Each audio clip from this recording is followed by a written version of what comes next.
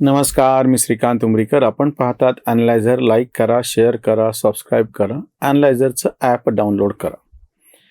वाल्या कोळ्याची गोष्ट तुमच्या सगळ्यांना माहिती आहे की तुझ्या पापामध्ये तुझे कुटुंबीय तरी सहभागी आहेत का, असं नारदांनी त्याला विचारलं. आणि जेव्हा वाल्या कोळी आपल्या घरी गेला आणि बायका पोरांना विचारलं, त्यांनी सांगितलं की आमचा काही संबंध नाही, तू जाणे तुझी पापं जाणे. कुटुंबाचं भरण पोषण करणे तुझं कर्तव्य आहे. जोपर्यंत तू काही कमवून घरात आणतोयस त्याच्यावर आम्ही जगतो आहोत. तू ते कसं कमवतोयस काय तुझा प्रश्न आहे, पण तुझ्या पापात आम्ही सहभागी नाही. वाल्याला साक्षात्कार झाला आणि त्याचा वाल्या कोळीचा वाल्मिकी ऋषी झाला वगैरे वगैरे. ही कथा सत्ययुगातली आहे, पण आता प्रत्यक्ष कलियुगामध्ये सुद्धा ही कथा अशीच आहे. फक्त त्या तिथं वाल्मिकी ऋषी झाला त्या वाल्याचा. ह्या जो वाल्या कोळी आहे तथाकथित, ज्याला स्वतःच्या उच्च स्थानाचा किंवा आपण एका बलाढ्य राज्याचे प्रमुख आहोत त्याचा माज आहे, अभिमान किंवा गर्व नाही, माज आहे, असे डोनाल्ड ट्रम्प अमेरिकेचे राष्ट्राध्यक्ष. आणि ह्या सगळ्या युद्धामध्ये त्यांची ज्या पद्धतीनं त्या पाचरीमध्ये त्या वानराची शेपूट अडकावीत असं, की त्या युद्धामध्ये तुम्ही जेव्हा हार्मुज बंदरातून जगाचा व्यापार त्याच्यावरती परिणाम व्हायला लागला, बंदर ती समुद्रधुनी जी आहे, चिंचोळा मार्ग जो आहे तो बंद झाला आणि त्याच्यावरती इराणचा हक्क असल्यामुळे, म्हणजे त्या आपल्या सीमेपासून 5 किलोमीटर अंतरावरती प्रत्येक 22 किलोमीटर अंतर हे प्रत्येक राष्ट्राला दिलेले असतात, त्याच्यामुळे त्याच्या अंतर्गत ते येतं. इराणने त्याच्यावरती हक्क दाखवलेला असल्यामुळे तिथून पास होणाऱ्या जहाजांसाठी त्यांची परवानगी किंवा ते टोल आता वसूल करणार. आता मी जी वाल्या कोळ्याची गोष्ट सांगतोय ते कुठं अडकली तुम्हाला मी सांगतो. अमेरिकेने हात काढून घेतले की आमचा प्रत्यक्ष होर्मुज त्या सगळ्या समुद्रधुनीशी काही संबंध नाही. ज्या देशांना त्यांचे जहाज तिथून न्यायचे आहेत त्यांनी आणि इराणनी काय करायचं ते करावं. त्यांनी हात वरती केल्याच्या नंतर प्रत्यक्ष अमेरिकेमध्ये याच्यावरती प्रचंड मोठा असंतोष तयार झालेला आहे की तुम्ही युद्ध करा नाही तर करू नका, पण त्याचा जर व्यापारावरती परिणाम होणार असेल ते कोणालाच मंजूर नाही. आणि आम्ही हा मुद्दा तर वारंवार आधीपासून सांगतो. ह्या युद्धाचा विषय नव्हता, रशिया युक्रेन युद्धाच्या संदर्भातही आम्ही हेच म्हणालो होतो. त्याच्यानंतर गाझापट्टी असो किंवा भारताने पाकिस्तानवरती ऑपरेशन सिंदूर अंतर्गत जे हल्ले केले त्या सगळ्याच्या बाबतीत आमची हीच भूमिका होती आहे. व्यापारावरती परिणाम होऊ द्यायला कोणीही तयार नाही. युद्ध काय करायचे ते करा, तुम्ही भांडणं तिकडे ठेवा, पण बाकीची सगळी व्यवस्था सुरळीत राहिली पाहिजे. 37 देशांनी हा निर्णय घेतलेला आहे. त्याच्यामध्ये युनायटेड किंगडम म्हणजे इंग्लंडनी अशा पद्धतीनं पुढाकार घेऊन की ह्या सगळ्या वाटाघाटी करून ह्या 37 देश, ज्याच्यामध्ये भारत सुद्धा आहे, चीनचा त्याला पाठिंबा आहे, या सगळ्यांनी मिळून अमेरिका, इस्रायल आणि इराण त्यांनी त्यांचं काय करायचं ते करावं, पण हा जो व्यापार आहे या बंदरातून चालणारा त्याच्यावरती परिणाम झाला नाही पाहिजे. बघा पूर्णपणे कसं हे सगळं टर्न घेत येते. जेव्हा हे युद्ध सुरू झालं 1 महिन्यापूर्वीची गोष्ट आहे, मला वाटतं 28 फेब्रुवारीची ती गोष्ट आहे. मार्च महिना पूर्ण गेला आणि 2-3 दिवस अजून वरती झाले जातात. सगळे असे बोंबा मारत होते, युद्ध कसं भडकणार, जग कसं त्याच्यामध्ये येणार, सगळा जागतिक व्यापार. बरोबर आहे, जागतिक व्यापारावरती संकट निश्चितच आलं. इंधन टंचाई बरोबर जाणवायला लागली. सगळ्या जगभरातल्या इंधनापैकी 20% इंधनाचं वाहतूक त्याच सामुद्रधुनीतून होते. पण आम्ही जे म्हणतो जे फरक कुठं पडलेला आहे, तर कुठल्याही परिस्थितीमध्ये व्यापाराच्या पातळीवरती आम्ही तडजोड करायला तयार नाहीत. हे सगळे जग सांगतंय. प्रत्यक्ष ज्यांचं भांडण आहे किंवा जे भांडायला उत्सुक असतात असं जे एक काळचं वातावरण होतं आणि बाकी सगळं सोडून जग एकमेकांशी भांडत बसलेलं आहे. दुसऱ्या महायुद्धाच्या नंतर हे सगळं बदलले, हे आम्ही वारंवार सांगतो.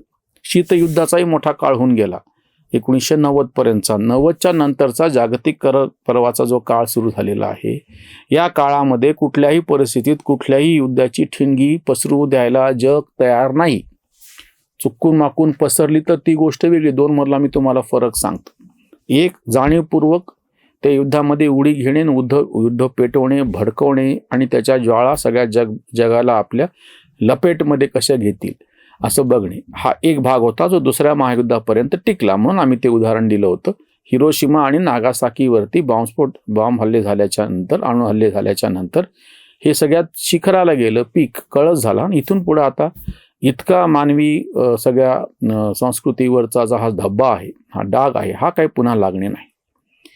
त्याच्यानंतर ज्या व्यापारविषयक हालचाली जगभरात सुरू झाल्या त्या सगळ्याचा परिणाम म्हणजे आज हे जे युद्ध आहे ते लांबवा नाही तर थांबवा, तुम्हाला तुमचं काय करायचं ते करा, पण आम्ही हा व्यापार चालू ठेवणार. आणि व्यापार सुरळीत राहण्यासाठीच्या इराणशी बोलणी करायला 37 देश, आता ज्या वेगळ्या हालचाली सुरू झाल्यात, वर्तमानपत्रांनी त्याच्या आज बातम्या छापल्यात म्हणून सांगतो.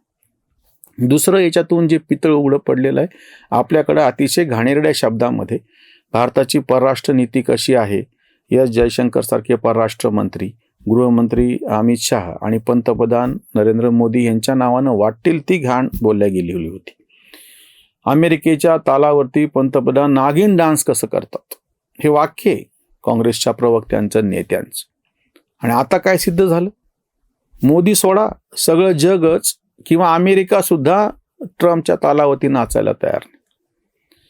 ह्या सगळ्यांनी स्पष्टपणे नकार दिला. हे कमी पडलं म्हणून की काय, स्वतः ट्रम्पनी सांगितलं की मी त्याच्यात पडणारच नाही म्हणून. म्हणजे होर्मुझ बंदरातून जी सगळी व्यापारी वाहतूक सगळ्या जगाची चालू आहे तो माझा विषय नाही, आम्हाला होर्मुझ बंदर त्या समुद्र धोनीमध्ये इंटरेस्ट पण नाही, तुम्ही तुमचं स्वतंत्रपणे करा. म्हणजे असं सुद्धा अमेरिका म्हणू शकलेली नाही की जर एखादा देश इराणशी व्यापार विषय करार करत असेल तर आम्ही त्यांच्यावर बहिष्कार नाही टाकू शकत. स्वतः अमेरिकेच्याच गुंतवणुकी जगभरामध्ये पसरलेल्या आहेत. म्हणजे अमेरिका तुम्हाला दिसतीये तसा तो फक्त भौतिक सीमांनी बांधलेला देश आता उरलेला नाही. कुठल्याही देशाला आर्थिकदृष्ट्या हळूहळू पुढे जायचं असेल, महासत्ता तर सोडाच, तर त्याला बाकीच्या देशांशी संबंध ठेवावे लागतात. बाकीच्या देशांमध्ये उद्योग व्यवसाय व्यापार वाढवावा लागतो. त्यांच्या कारखाने आपल्याकडे येणार, आपले त्यांच्याकडे जाणार, त्यांचा माल आपल्याकडे येणार. आपल्याला तेल आणि गॅस वगैरे देतात म्हणजे काय उपकार करत नाही, ते खाडीचे देश बदल्यात आपल्याकडून फार मोठ्या प्रमाणात अन्नधान्य असो, फळं भाजीपाला असो, कितीतरी गोष्टी आपल्याकडून जात आहेत. किंवा आपल्याकडे शिकलेले सगळे तंत्रज्ञ त्या ठिकाणी जाऊन काम करत आहेत. तंत्रज्ञानाच्या क्षेत्रामध्ये, टेक्नॉलॉजीच्या क्षेत्रामध्ये नवीन काही घडलं तर त्याचे फायदे सगळ्या जगभरापर्यंत पोहोचत आहेत. कुठलाच देश आता असं म्हणू शकत नाही की हा एक आम्ही नवीन मोबाईल शोधलेला आहे आणि हा फार फायदेशीर आणि उपयुक्त आहे, पण हा फक्त आमच्या देशापुरताच आहे. आता हा मोबाईल आम्ही काही दुसऱ्या देशामध्ये जाऊ देणार नाही. चायनानं तेही करून पाहिलं की रिस्ट्रिक्शन आणले, सगळे आपल्या देशातल्या लोकांवरती सोशल मीडिया काय वगैरे हे कसं वापरायला देणार नाही, सगळे नाटकं करून झाले. सगळ्यांनी सगळ्या पद्धतीने बाहेरून येणाऱ्या मालावरती जास्तीत जास्त कर लावायचा जेणेकरून त्याचे भाव चढावेत आणि आपल्याकडच्या मालाला प्रोटेक्शन मिळावं. या सगळ्या गोष्टी मी पुढारलेल्या देशाचंच म्हणतो. तुम्ही सगळी जुनी 1990च्या दरम्यानची डाव्यांची भाषा ऐका. एक ईस्ट इंडिया कंपनी आली तर 150 वर्ष राज्य केलं. इथे तर 3,500 ईस्ट इंडिया कंपन्या म्हणजे मल्टीनॅशनल कंपन्या आहेत, काय व्हावं, ही भाषा होती ना. काय झालं आज, भारत हा 4 नंबरची अर्थव्यवस्था होऊन बसलेल्या जगामध्ये. मग हे आरोप करणारे कुठे गेले सर? कितीतरी भारतातल्या कंपन्यांना बाहेरून जास्त पैसा मिळतो. हे मी तुमच्यासमोर व्हिडिओ करतो आहे, हे आमचं अॅनलायझर चॅनलचा रेव्हेन्यू सगळ्यात जास्त परदेशातला आहे, भारतातला त्याच्यापेक्षा कमी आहे. आणि तुम्ही काय सांगत होते? भारतात बाहेर आत्ता जो चित्रपट धुरंधर 2 रिलीज झाला याच्यामधला एक फार मोठा वाटा प्रत्यक्ष बाहेरचा आहे. परदेशामध्ये या चित्रपटांनी ज्या पद्धतीची कमाई केलेली आहे. आणि मग हे काय बोंबलत होते की भारताचं कसं नुकसान आहे.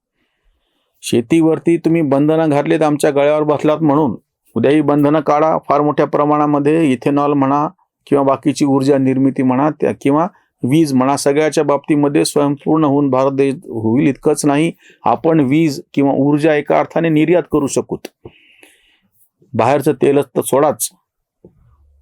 आज जागतिक व्यापाराच्या पातळीवरती जी काही युद्धजन्य परिस्थिती होती ती पूर्णपणे बाजूला ठेवून किंवा तुम्हाला मारामाऱ्या करायच्या तर तुमच्या पुरत्या करा, तुमच्यात आम्ही सहभागी होणार नाही. वाल्या कोळ्याच्या घरच्यांनी जसं सांगितलं त्याच पद्धतीनं सगळं जग काय ना अमेरिका काय स्वतः त्या आधुनिक तथाकथित वाल्या असलेल्या डोनाल्ड ट्रम्पला समजून सांगते, नाही ठामपणे सांगते आहे.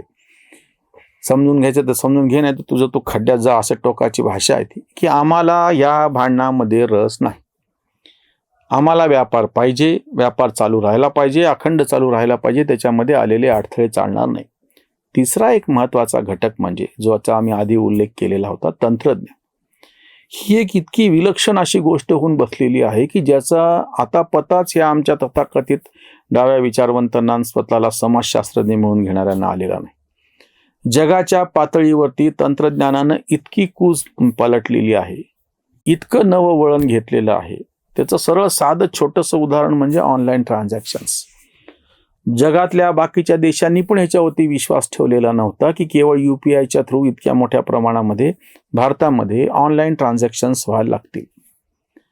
आज प्रचंड मोठ्या प्रमाणात आणि छोटे ट्रान्झॅक्शन्स म्हणतो मी परत. एरवी ह्यांची बोंब काय असायची, गोरगरीब दीनदलित दुबळ्यांना हे कुठं काय, ह्याचे कुठं फायदे पोहोचतात. नवीन व्यवस्थेमध्ये ही सगळी श्रीमंतांची धनदानग्यांची व्यवस्था आहे, गरिबांचं कसं व्हावं. आणि प्रत्यक्षामध्ये चित्र काय उभं राहिलेलं आहे. याच्यापूर्वी पण आम्ही ही आकडेवारी दिलेली होती.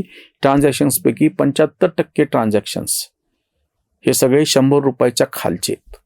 म्हणजे इतक्या छोट्या छोट्या ज्या सगळ्या रकमा इकडून तिकडे जात आहेत त्या सगळ्या किरकोळ आहेत, छोट्या मोठ्या रकमा. ह्याचा अर्थ काय होतो, सर्वसामान्य लोक त्याचा वापर करतायत आणि दुसरीकडे ज्याच्या खात्यामध्ये जात आहे, तुम्ही 10 रुपयाचा चहा पिता टपरीवरती आणि ऑनलाईन जेव्हा ट्रान्झॅक्शन करता तेव्हा ते पैसे जातात कुठं, त्या टपरीवाल्याकडे. तो काय फार मोठा 5 स्टार हॉटेलवाला नाही. हे जे सगळं चित्र व्यापाराच्या बाबतीतलं समोर आलेलं आहे, म्हणूनच आम्ही ते तसं शीर्षक दिलेलं होतं. अगदी त्या सत्ययुगामध्ये सुद्धा वाल्या कोळीला साथ द्यायला कोणी तयार नव्हतं त्याच्या पापामध्ये. आता तर हे कलियुग आहे. या कलियुगामध्ये डोनाल्ड ट्रम्पच्या पापामध्ये साथ द्यायला त्याची अमेरिकाही तयार नाही, जगही तयार. बघूयात पुढं काय होतं ते. इथेच थांबूयात. धन्यवाद. स्वधर्म जागृतीचा विधायक बुरुज, Analyzer News.